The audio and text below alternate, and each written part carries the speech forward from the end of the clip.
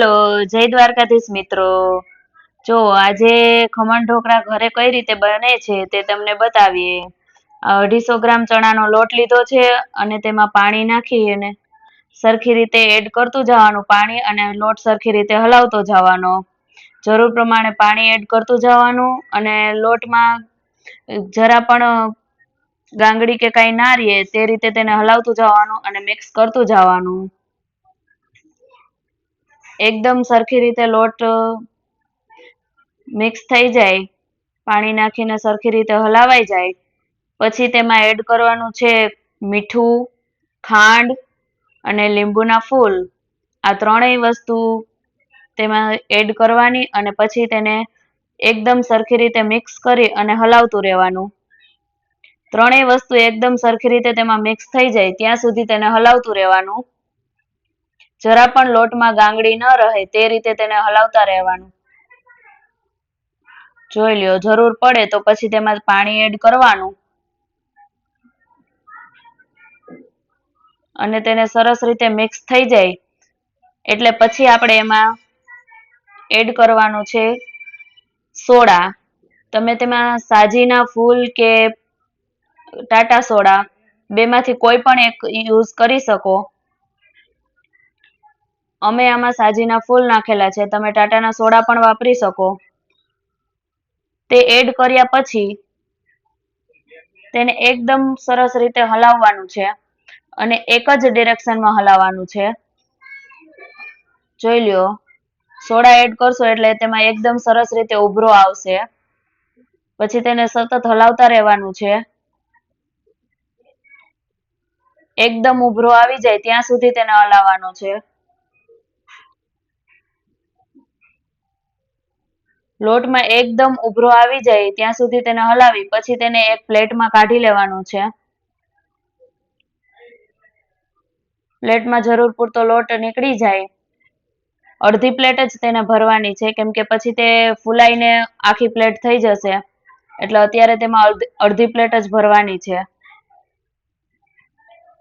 પછી પ્લેટને સરસ રીતે હલાવી અને તેને એક સરખું કરી લેવાનું છે. અને પાણી અગાઉ ગરમ કરવા મૂકી દીધું હતું. હવે તેમાં પ્લેટ રાખી અને તેને સરસ રીતે ઢાંકી દેવાનું છે. 15-20 મિનિટ પછી તેને પાકવા દેવાનું, અને 15-20 મિનિટ પછી તમે જોવો સરસ રીતે ફૂલાઈને એકદમ ખમણ ઢોકળા તૈયાર થઈ ગયા છે. હવે એક પેનમાં તેલ મૂકવાનું છે. તેલ ગરમ થાય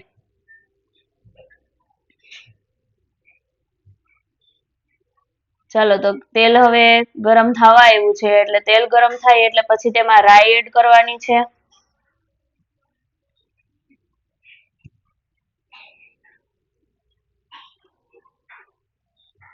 જો તેલ સરસ ગરમ થઈ ગયું છે, રાઈ એડ કરી દીધી. હવે તેમાં તીખા મરચા એડ કરવાના છે. પછી તેમાં લીમડાના પાન એડ કરવાના છે.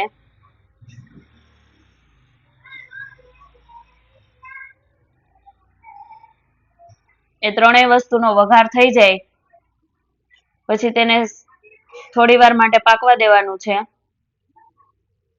જોઈ લ્યો. હવે આપણે એમાં ખાંડવાળું પાણી એડ કરવાનું છે. જોઈ લ્યો. ખાંડવાળું પાણી એડ કરી પછી તેને થોડી વાર માટે ઉકળવા દેવાનું છે.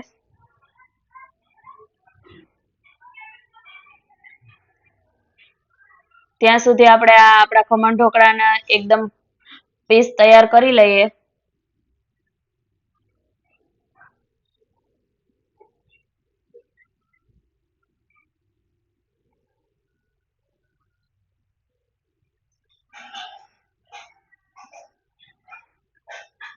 એકદમ સરસ ફૂલાઈને તૈયાર થઈ ગયું છે.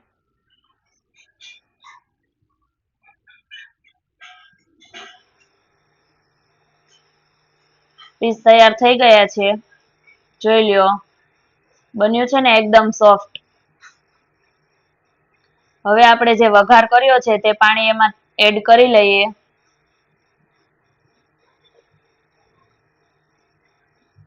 જોઈ લ્યો, થઈ ગયા ને એકદમ ખમણ ઢોકળા સરસ રીતે તૈયાર.